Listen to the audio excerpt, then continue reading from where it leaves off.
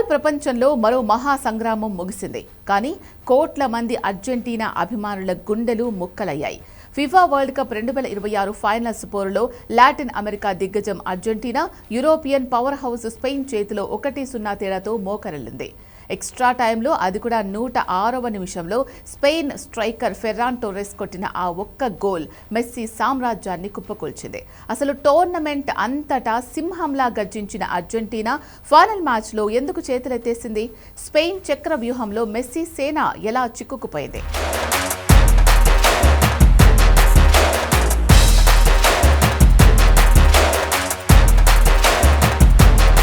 Argentina ఓటమికి మొదటి మరియు ముఖ్య కారణం కెప్టెన్ లియోనల్ మెస్సీపై మితిమీరి ఆధారపడ్డం. ఈ ఫైనల్ మ్యాచ్కు ముందు ఏకంగా 8 గోల్స్ కొట్టి ఊపు మీదున్న మెస్సీని స్పెయిన్ డిఫెన్స్ విభాగానికి చెందిన రోడ్రి గ్యాంగ్ పూర్తిగా లాక్ చేసేసింది. మ్యాచ్ ప్రారంభమైన మొదటి 15 నిమిషాల పాటు మెస్సీకి కనీసం బంతిని తాకే అవకాశం కూడా రాలేదంటే స్పానిష్ వ్యూహం ఏ రేంజ్లో పనిచేస్తుందో అర్థం చేసుకోవచ్చు. మెస్సీని ఒంటరిని చేయడమే కాకుండా జట్టులోని మిగతా ఫార్వర్డ్ ఆటగాళ్లు బాధ్యత తీసుకోకపోవడం అర్జెంటీనాకు శాపంగా మారింది.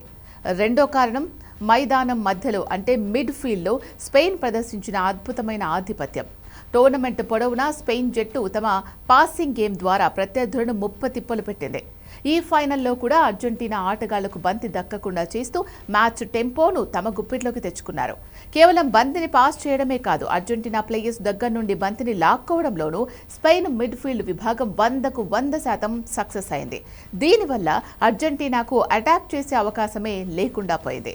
ఇరు జట్లు గోల్స్ కోసం హోరాహోరీగా పోరాడుతున్న వేళ మ్యాచ్ సెకండ్ హాఫ్ ఇంజూరీ టైంలో అర్జెంటీనా కొంప ముంచే ఘటన జరిగింది. స్పానిష్ ప్లేయర్ పావ్ కుబార్సీని దారుణంగా అడ్డుకున్నందుకు గాను Argentina star player ఎంజో Fernandes red card తిని మైదానం వీడాడు. అంతటి బలమైన స్పెయిన్ జట్టుతో 11 మంది ఆడితేనే గెలవడం కష్టం. అలాంటిది కేవలం 10 మంది మిగతా ఎక్స్ట్రా టైం మ్యాచ్ ఆడడం అంటే అర్జెంటీనా చేతుల మ్యాచ్ను ప్రత్యర్థికి అప్పగించినట్లయింది. ఈ అదనపు ఆటగాడి అడ్వాంటేజ్తోనే 106వ నిమిషంలో స్పెయిన్ విన్నింగ్ గోల్ సాధించింది. ఇక మ్యాచ్ సమతుల్యతను దెబ్బతీసిన మరో దురదృష్టకర సంఘటన డిఫెన్స్ పిల్లర్ లిసాండ్రో మార్టినెజ్ గాయపడ్డం. రొమెరోతో కలిసి టోర్నమెంట్లో అజేయమైన డిఫెన్స్ జోడీగా నిలిచిన మార్టినెజ్ ఫస్ట్ హాఫ్ ముగిసే సమయానికి ఇంజూరీ కారణంగా గ్రౌండ్ వదిలాడు. దాంతో కోచ్ స్కలోని తప్పనిసరి పరిస్థితుల్లో 38 ఏళ్ల వెటరన్ ఒటామెండును రంగంలోకి దించాల్సి వచ్చింది. ఒటామెండు టోర్నమెంట్లో కేవలం ఒక్క మ్యాచ్ మాత్రమే ఆడి ఉండడం వల్ల స్పానిష్ స్ట్రైకర్ల వేగాన్ని అందుకోవడంలో ఆయన విఫలమయ్యాడు. ఇది అర్జెంటీనా బ్యాక్ లైన్ను పూర్తిగా బలహీనపరిచింది. ఐదో కారణం, బహుశా అత్యంత దారుణమైన విషయం ఏంటి అంటే ఈ ఫైనల్లో అర్జెంటీనా ఫార్వర్డ్ లైన్ పూర్తిగా చేతులెత్తేయడం. ఈ మ్యాచ్కు ముందు 19 గోల్స్తో టోర్నమెంట్లో మోస్ట్ అగ్రెసివ్ టీమ్గా ఉన్న అర్జెంటీనా నిర్ణీత 90 నిమిషాల సమయంలో కనీసం ఒక్కటంటే ఒక్క షాట్ కూడా గోల్ పోస్ట్ పైకి కొట్టలేకపోయింది. మ్యాచ్ మొత్తం మీద వారు కొట్టింది కేవలం 2 షాట్లు మాత్రమే. దీనికి భిన్నంగా స్పెయిన్ ఏకంగా 20 షాట్లతో అర్జెంటీనా గోల్ పోస్టుపై దండయాత్ర చేసింది. దాంతో స్పెయిన్ 2010 తర్వాత తమ రెండో వరల్డ్ కప్ టైటిల్ను గర్వంగా ముద్దాడింది. ఏదేమైనా ప్రణాళికాబద్ధమైన ఆట తీరుతో స్పెయిన్ విజేతగా నిలిస్తే వ్యూహాత్మక లోపాలు, దురదృష్టం కలిసొచ్చి అర్జెంటీనాను రన్నరప్గా మిగిల్చాయి.